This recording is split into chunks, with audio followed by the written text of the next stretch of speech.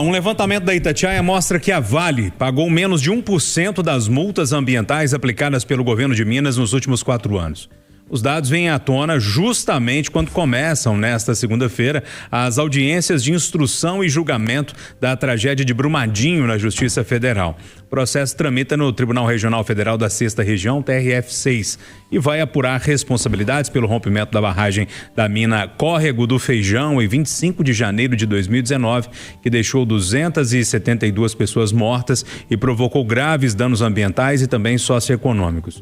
No banco dos réus, Edilene, estão a mineradora Vale, a empresa alemã Tuvisud e 16 executivos acusados de homicídio e crimes ambientais. Em nota, a Vale reafirma o respeito às vítimas, familiares e comunidades atingidas e reitera o compromisso com a reparação integral dos danos. Esse compromisso não está sendo feito direito, não. Pelo menos pagar 1% só das multas, me parece que não tem muito compromisso, não. Mas é a nota da Vale, né?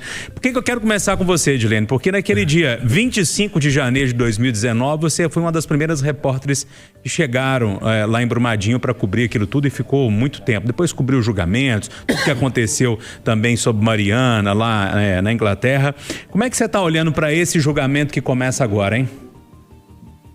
Júnior, vamos ver se a justiça brasileira vai fazer como fez a justiça em Londres, que em 2 anos, 1 ano e meio, condenou a BHP pelo rompimento da barragem de Mariana, que era a BHP, era a sócia da Vale na Samarco. Aqui no Brasil, nós tivemos um acordo ao invés de uma condenação. No caso de Brumadinho também houve um acordo que não dispensa a continuidade do processo e depois uma condenação, mas o que acontece é que, com base na lei brasileira, a justiça inglesa condenou a BHP, que era lá pelo caso do rompimento da barragem de Mariana. Agora nós temos aqui um julgamento de Brumadinho, que foi mais recente, que ocorreu em 2019, ou seja, agora completa 7 anos do rompimento da barragem em Brumadinho, e essas vítimas clamam por punição e no fim das contas ninguém foi punido. Houve um acordo financeiro, o Estado foi beneficiado com recursos que ajudaram em investimentos, como por exemplo em hospitais regionais, fora inclusive da bacia do Rio Doce, o que deixou os atingidos pelo rompimento da barragem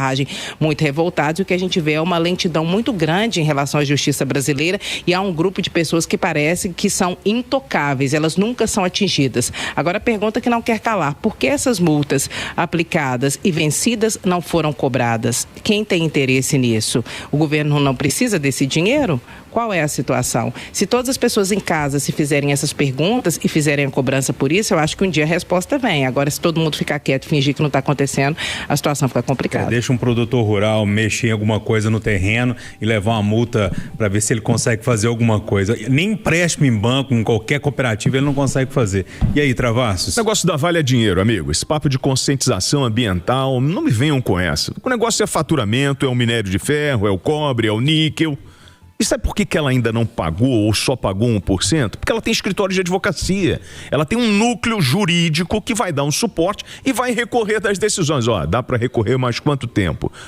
É negócio, é business, é dinheiro. É que a gente fica nesse lado emocional. Então, por isso que assim, vai começar o julgamento. Eu quero o CPF punido do cara que errou.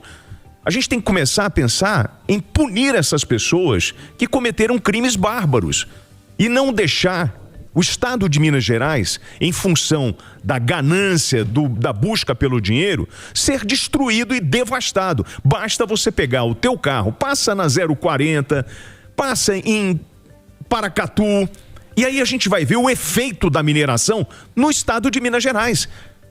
Olha para a Serra do Curral aqui. E eu não estou falando, é possível crescer? Com respeito ao ambiente? Mas o que a gente está vendo é assim, estão destruindo montanhas, construindo outras e tá tudo bem.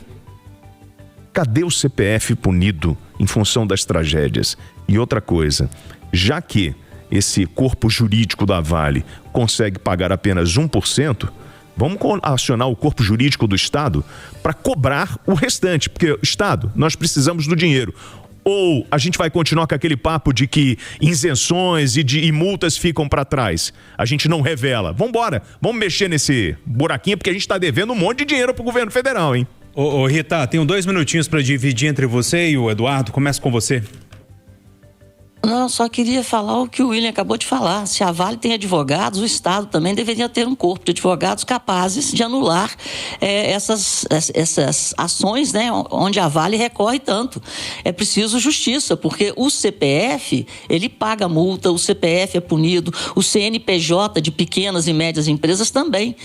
Pelo tamanho da Vale, a eficiência do Estado tinha que ser bem maior. Eduardo? Ô Júnior, com a autoridade de quem, por ordem da direção e com a força do microfone da Itatiaia, brigou muito para que esse tribunal da 6ª região fosse implementado em Minas? Sou testemunha disso. Eu vou perguntar uma coisa para os senhores juízes do tribunal.